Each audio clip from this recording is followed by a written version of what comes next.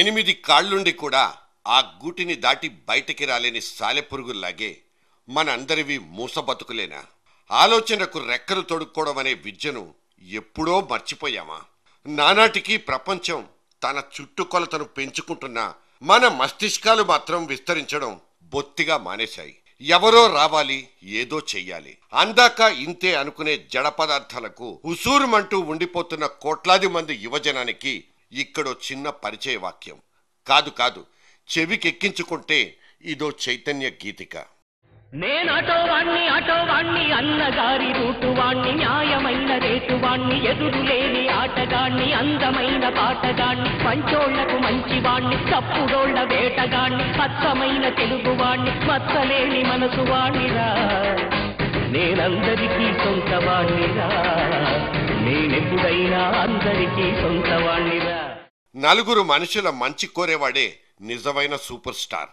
ఒక ఆటో వాళ్ళను సైతం సూపర్ స్టార్ గా చూపించిన ఈ సినిమాను కోట్లాది మంది ప్రేక్షకులు గుండెల్లో పెట్టుకు చూసుకున్నారు.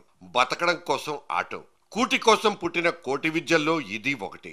సాయంకానికల్లా 4 రూకల చేతిలో పడితే చాలనుకుంటాడు. కానీ కాలంతో పాటు పరిగెత్తే ఆలోచన, దీనికి కాసింత సామాజిక చైతన్యం మిక్స్ అయితే ఆటో రాముడు కూడా ఆకాశాన్ని తాకేస్తాడు. అక్కడ పుట్టే కొత్తదనం ఇంకో 100 మంది గుండెల్ని కవ్విస్తుంది. అరే భలేగుంది బాసు అంటూ భుజం తట్టి ముందుకు నడిపిస్తుంది కూడా.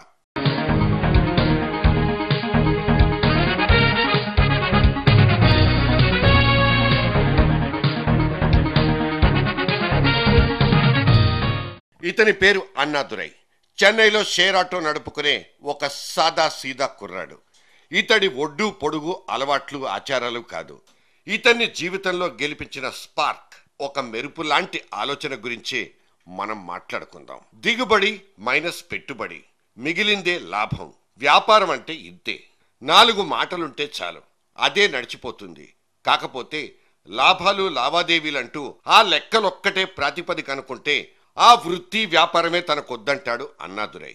చెన్నపట్నంలో తిరిగే 4,500 షేర్ ఆటోల్లో తనది ఒకటి కాకూడదనుకున్నాడు. దానికింత డెకరేషన్ ఇచ్చుకున్నాడు. డెకరేషన్ అంటే రంగుటద్దాలు, స్టీరియో బాక్సులు కాదు, మనసు, మంచితనం. అవును, ఈ అన్నాదురై ఆటోకున్న ప్రత్యేకతలేంటని వెతుక్కుంటే ఆ తర్వాత మన కళ్ళను మనమే నమ్మలేం.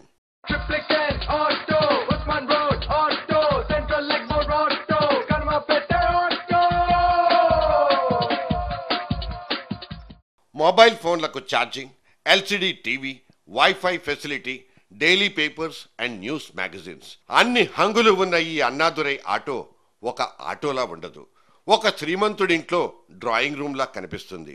చెన్నై తిరువాన్మయూర్ బస్ టెర్మినస్ నుంచి షోలింగనల్లూరు దాకా 11 కిలోమీటర్లు, అరగంట జర్నీ.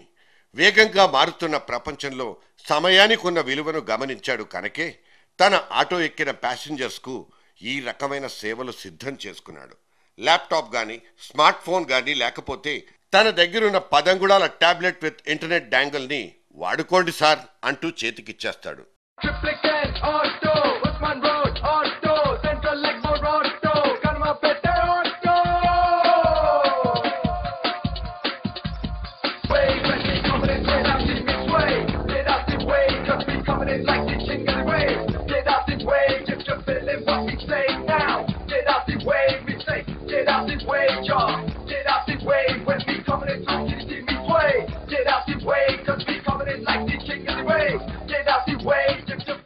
ఇంగ్లీష్ ఆర్ తమిళ్ చదువుకోవడానికి అన్ని రకాల మ్యాగజైన్స్ అక్కడే.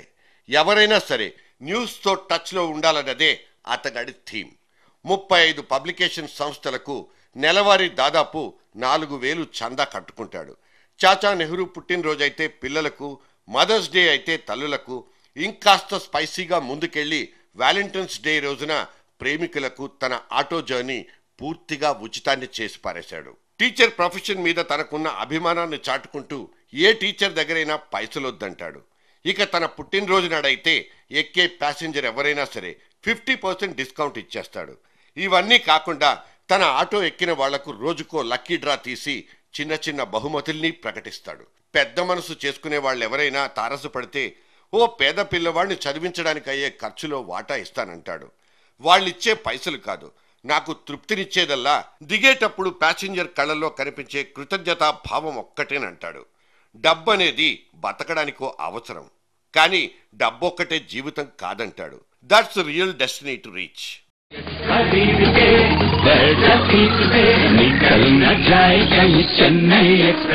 ఇతనికి ఏదైనా భాషా సినిమాలో రజనీకాంత్ కున్నట్లు కాస్ట్లీ ఫ్లాష్ బ్యాక్ ఉందా ఏంటి?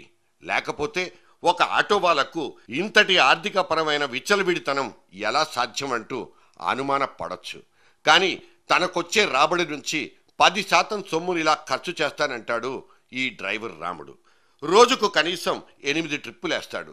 ఎక్కి దిగిన ప్యాసింజర్ ఎవరికైనా ఇతను తీసుకునే నామినల్ ఛార్జ్ 15 రూపాయలు మాత్రమే. డీజిల్ గట్రా అన్ని ఖర్చులు పోను అధమ పక్షం అతడి నెలసరి మిగులు 30,000. ఒక సరాసరి యువకుడు లేదా మధ్య తరగతి కుటుంబస్తుడి ఆదాయం కంటే ఇది చాలా ఎక్కువ. తన వృత్తి తనకంటూ ఇంత ఇస్తున్నప్పుడు ఆ వృత్తికి తాను ఏదైనా చేయాలనుకున్నాడు. సరిగ్గా అక్కడే అన్నాదురై సగం గెలిచేశాడు. బాగా చదువుకుని సాఫ్ట్వేర్ ఇంజనీర్లైన వాళ్లకు కూడా ఇవాళ వృత్తిపరమైన జీవితం సుఖంగా సంతోషంగా గడిచిపోతోందన్న గ్యారంటీ లేదు. కానీ ఒక ఆటో నడుపుకునే అన్నాదురై బతుకు మాత్రం 24 క్యారెట్స్ బంగారంతో సమానం. I love my job.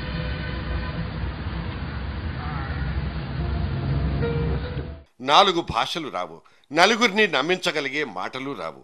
పెట్టుబడిని 10 చేసుకున్నాడో లేదో కూడా తెలీదు.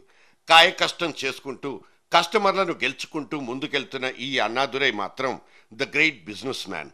మొత్తంగా వాడిదో ప్రపంచం, వాడిదో ప్రభుత్వం.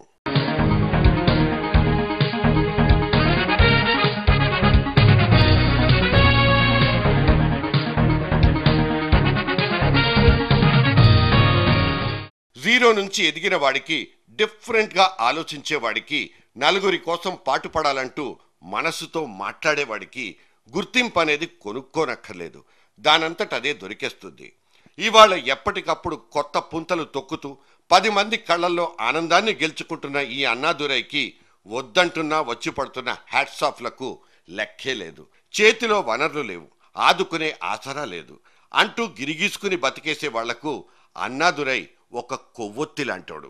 తనకున్న పరిధి లోపలే ఒక అందమైన ప్రపంచాన్ని నిర్మించుకున్న ఈ యువకుడి దారి 1,000,000 మందికి రహదారి కాదంటారా?